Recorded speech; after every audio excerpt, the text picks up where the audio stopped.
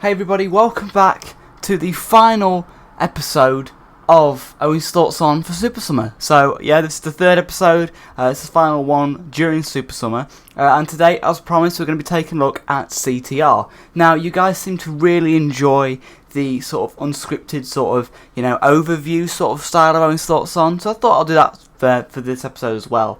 So yeah, today we're taking a look at CTR. Obviously, if you don't know, CTR is originally a PlayStation 1 game, Crash Team Racing. It was originally a PlayStation 1 game, came out near the end of the PlayStation's life cycle, I believe around 2000, and it is, a beloved fan favourite game. Of course, then in 2019 we saw the remake of the game, followed by, before it, the CTR, the Crash Bandicoot trilogy, the Insane trilogy, and also the Spyro Reignite trilogy, which then spawned this, and we're now getting that Crash Bandicoot 4 next year, or later this year, so super exciting.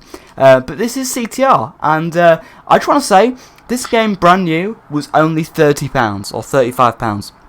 So, now you can really get the game for like £20, £15, and it's £20 on the eShop, I believe, on sale currently. So yeah, super cheap game, and I want to go over the game. Lots of content. They added DLC for ages, and all the DLC is free technically. I'll explain that as we go along. But this is essentially CTR, and it is set up into 6 different modes. That being adventure, which is like a very cool sort of hub world, unlockable story mode, which is very interesting. I'll show it off in a minute, but essentially what it is this massive hub world with different areas where you can enter races, and you enter those races and you can collect relics or CTR tokens, and you can get 100% completion. You can unlock characters from that mode, and it's really interesting. It's not, it's the story isn't insane. It's not the next Dragon Quest. It's not, a 50-60 long story. It's 10-15 hours long, and it's pretty interesting, and it's nice to see that. We don't really see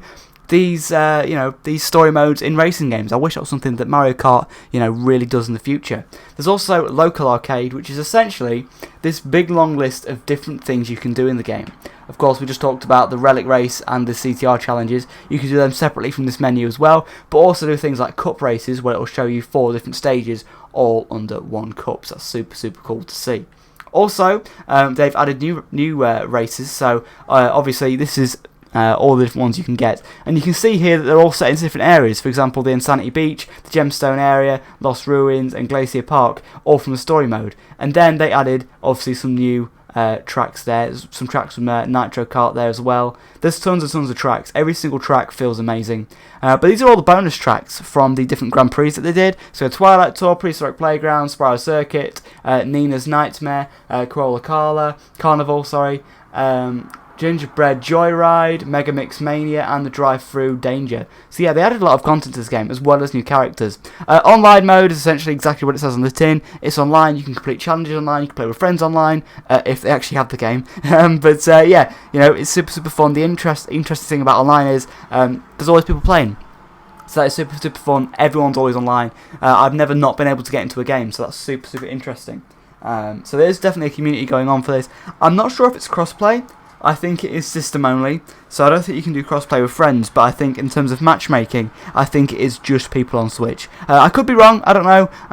It would make sense, but the game runs at 30 FPS no matter where you play it, to be honest, so it wouldn't really matter. It'd just be a visual downgrade there. The pit stop is incredibly interesting. Now, what it basically is, this looks scary because it is. It's essentially like a Fortnite item shop, but for Crash Bandicoot.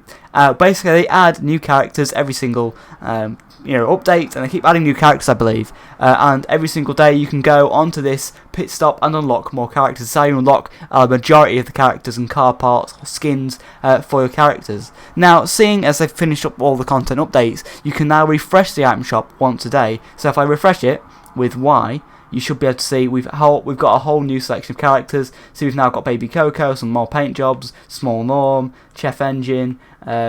So yeah, that's super interesting. But yes, it is a Fortnite-esque item shop, which is kind of a little bit scary. But you can earn all the coins, all the currency. You can earn in game, and it is pretty easy. Obviously, this is really cool. This is the Rustland Crash. Super cool. There you go. Crash from the Apocalypse. But you can buy coins if you really want to. They are a little bit overpriced, but don't let that put you off, because the Wumpa coins that I've been able to earn in game, I've been able to get myself just through playing the game, and honestly that makes it more fun. But the option is there to have microtransactions, and yes, I don't agree that microtransactions should be in the game, but you know, they are pretty expensive, so I guess it's kind of an easy way to get things quickly. So it's there if you want it, essentially. There's then high scores, where you can compete for high scores either locally or online. Haven't really dabbled in this mode that often. I don't really care for high scores. I'm probably not that good enough to compete for high scores. And then there's Wumpa challenges, which is how you obtain the Wumpa coin. So you can see you can get a daily challenge of getting 25 Wumpa coin for doing certain challenges. All those are worth 25. There's then weekly challenges, which are all worth 75, and they change every 6 to 7 days. And then there's pro challenges, which give you 200 each. As well, you get about 200 for completing a race online as well. So super interesting on that. Now, this is one of the problems that I think you will notice straight away about the Nintendo Switch version, that the loading times aren't great. When the game first came out, the loading times were a hell of a lot worse, but now, you know, it's not really fixed that much. They are still pretty bad, these online modes, so yeah, just to pre-warn you that, you know, the adventure mode takes a long time to load, essentially, as you can see. I think it takes about a minute or so. But once we're in the game, it does run pretty smooth, and visually it does look pretty good as well. So, you know, the waiting is worth it. I'll show you a quick mode of the adventure mode shortly. It is like a full connected adventure mode. So this is the hub world. So you can see on that map there, if I just reverse real quick, if you see on the map, you can see those little green markers. That's essentially, let's just turn around. Oh, there's Crash. Let's reverse. Reverse Crash. There you go. Whoops. So yeah, essentially you can just drive around, and you see these little areas.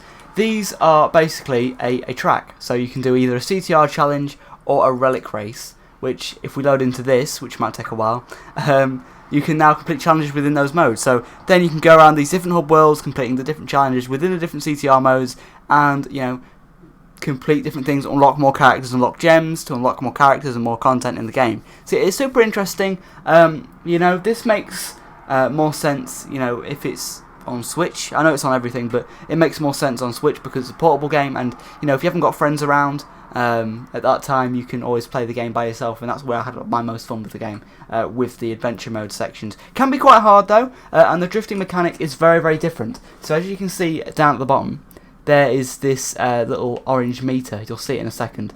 You have to basically fill up this orange meter, and then when it goes orange, you then have to tap the other alternate drift button.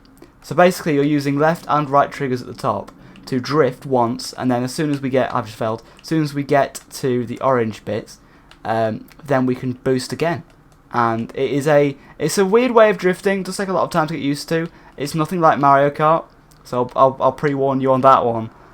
It's not like Mario Kart, but it is super fun. It is interesting, and I do prefer its drifting mechanics. Its drifting mechanics are quite fun. Now, if you can do what they call snaking, you can actually get some insane speeds here with this. So yeah, it can be pretty fun to get those super high speeds. You can get hours out of this game. I've seen people get hundreds and hundreds of hours out of this game. It really is great. I did terrible that game. I did terrible. My best score has been 1 minute and 32 seconds, so there you go. There you go, I got some Wumpa coin for that, so that'll be added into my bonus. 57 Wumpa coin, don't mind if I do. So yeah, let's exit out to the hub world, where we'll take a look at the adventure map. So now I'm in the adventure map, and you can see I've gone on to another area here. This is like the snowy area, I forget the name of it, I think it's like the glacier or something. It's super cool to drive around this, and as you can see, if we drive over to other worlds around here, you can actually go around to different locations and the weather changes. So let's just drive down the bottom here, and you can see if I drift into here, we're now in this other place which is completely changed. And there you go. I think we're back in the Insanity Beach here actually. Oh no, I don't think I've been to this one before.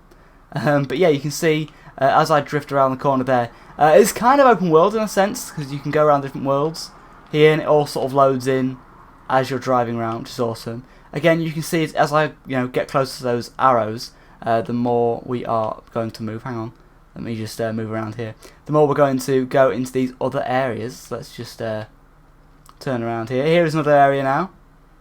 Super cool. It's a really bright area.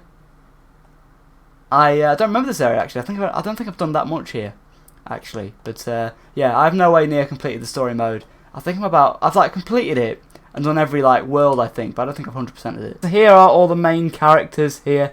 53 of them, obviously starting with Crash, and there's loads of them. I haven't got them all yet. There's Spyro there. Just take a second for him to load in. Come on, Spyro, load in. There you go. And you know, you can get ones from doing the adventure mode. There you go. Look, purple gem, the adventure mode. Pit stop. A lot of them are from the pit stop, which is essentially the item shop. So yeah, that is super interesting. But there's loads of characters I ain't even got yet. I've put over 100 hours into this game and have not got all of these characters. So that is amazing.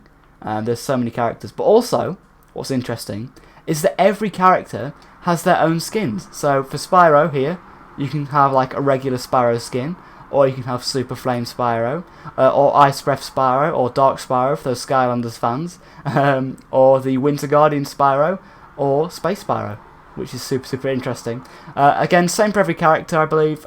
Crash also gets some costumes, which is awesome. Obviously, Crash Bandicoot just being normal. Yeah, there's a load of characters here. Electron Crash, I believe, is what you got for pre-ordering the game, so that's awesome. There's like a Beanox Crash. There you go. Reindeer Crash I love so much. I don't know why, I just love it. Mad Scientist Crash. And there's also Biker Crash as well from Crash 3. Again, Scuba Crash as well. The Rustling Crash. You know, the Space Crash. There's loads of crashes. It's really fun, and I do really like it. The Pilot Crash, which is awesome. But yeah, loads of characters in the game. Let's just play as Spyro, just to show you Spyro. Let's show you him on the Spyro track. You can get loads of different car parts. There's like 42 different car parts as well.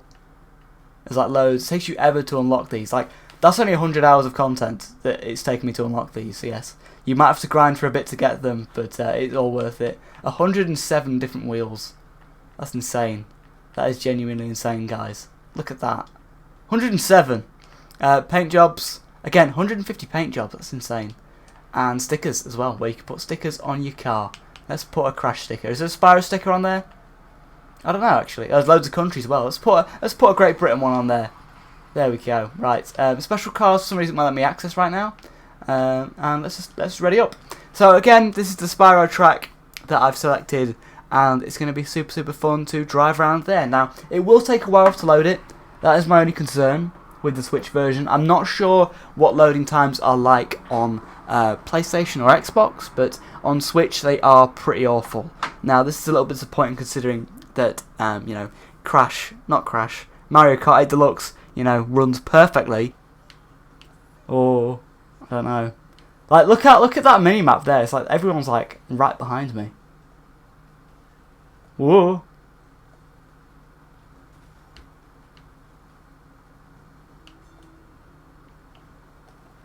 We'll send that TNT crate off there. I might just about win this, guys. Let's see.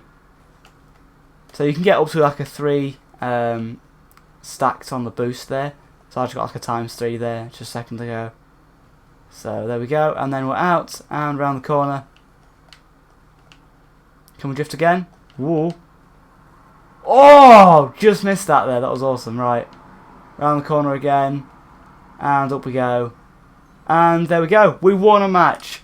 So there you go, that was pretty much CTR, everybody. Again, I didn't show off the online modes, but you can pretty much gather what that was. So yeah, let me know your thoughts. Do you like these episodes? Do you want to see more of them? We have a Fortnite one coming next month, so I hope you'll check that out.